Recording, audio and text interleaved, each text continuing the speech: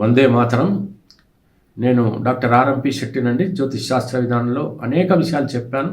ఇప్పుడు నేను చెప్పేటువంటి విషయాలు ఏంటంటే, తులారాశి వారికి ఫిబ్రవరి మాసం 2025లో మాస ఫలితం ఎలా ఉంటుందో వివరిస్తున్నాను, జాగ్రత్తగా వినండి.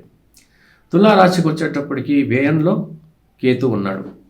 మరి అక్కడ మీనరాశిలోకి వచ్చేటప్పటికి శుక్రుడు కానీ రాహు కానీ ఇద్దరు కూడా ఉన్నారు. ఈ ఈ యొక్క స్థానం ఏమవుతుంది? మీనరాశి 6వ స్థానం అవుతుంది. దీన్ని షష్ఠ స్థానం అంటారు. శత్రురోగ రుణక్షేత్రము అంటారు. మరి పంచమంలో శనైశ్వరుడు ఉన్నాడు. మరి మకర రాశిలోకి వచ్చేట్టుగా రవి బుధులు ఇద్దరు కూడా ఉన్నారు. వృషభ రాశిలో అంటే 8వ స్థానంలో గురువు ఉండటం అనేది జరుగుతుంది. మళ్ళీ 9వ స్థానంలో కుజుడు ఉన్నాడు. ఇలా మనం తీసుకుంటే గురువు ఏం చేస్తాడంటే తానున్నటువంటి క్షేత్రం నుంచి మరి 5వ స్థానాన్ని, 7వ స్థానాన్ని, 9వ స్థానాన్ని చూస్తాడు.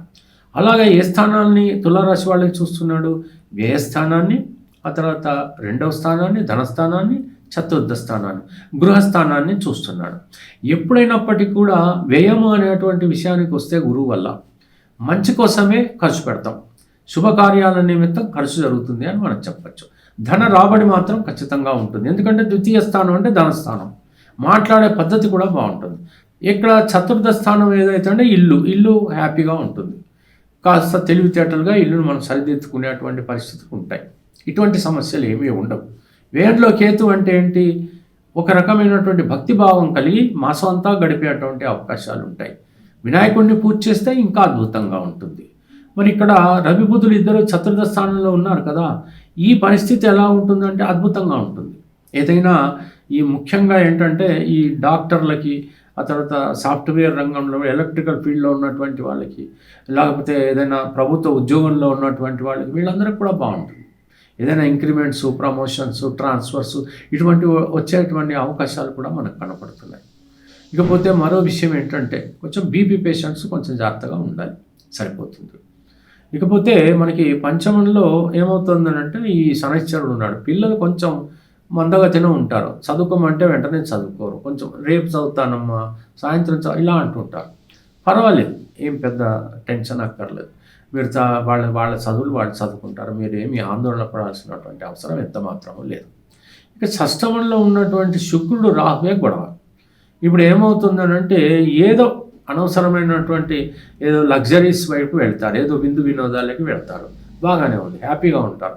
కానీ అక్కడేదో తినుబండారాలన్నీ తిన్న తర్వాత మీకు ఏదో కడుపులో సమస్య స్టార్ట్ అవుతుంది.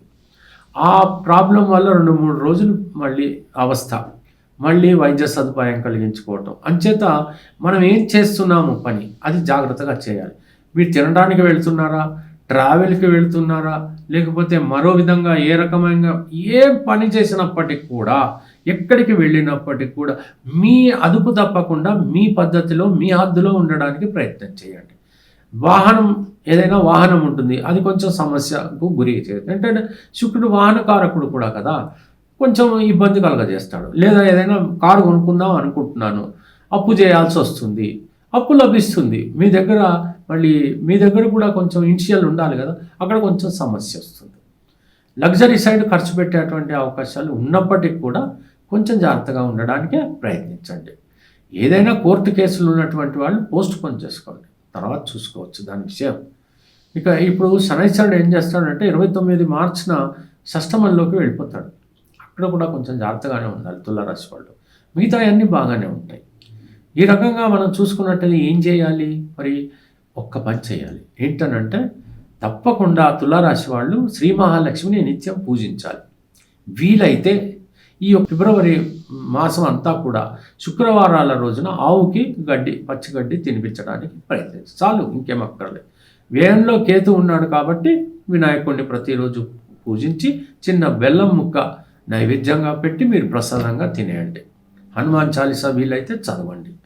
ఇలా చేస్తూ మీ పనులు మీరు సాగించండి. వివాహాలు కానటువంటి వాళ్ళకి వివాహాలు జరుగుతాయి. ప్రేమికులకి బాగానే ఉంటుంది. దంపతుల మధ్యన సఖ్యత బాగానే ఉంటుంది. అటువంటి సమస్యలు ఏమీ ఉండవు. కుజుడి వల్ల మాత్రం ఏంటంటే మనం ఆలోచించాల్సి 9వ స్థానం. మీ తండ్రి గారికి ఏదైనా కొంచెం ఎముకలకి సంబంధించినటువంటి సమస్య వస్తే కొంచెం జాగ్రత్త పడండి. ఎంచేతనంటే కుజుడు అక్కడ 9వ స్థానంలో శత్రుక్షేత్రంలో ఉన్నాడు కాబట్టి అది తండ్రి గారి క్షేత్రం కూడా అవుతుంది, భాగ్యస్థానం కూడా అవుతుంది. కాబట్టి కొంచెం భాగ్యస్థానం అంటే వచ్చేది వస్తుంది, పోయేది పోతుంది. కాకపోతే తండ్రి గారికి మాత్రం కొంచెం అస్వస్థత అనేటువంటిది రావచ్చు, కీళ్ళ నొప్పులు ఇలాంటివి కలగచ్చు.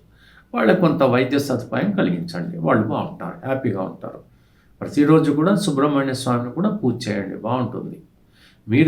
మీరు ఒక అరగంట సేపు మీరు డివోటెడ్గా ఉంటే తప్పకుండా దైవం మీకు అనుకూలించేటువంటి పరిస్థితులు మీకు ఏర్పడతాయి.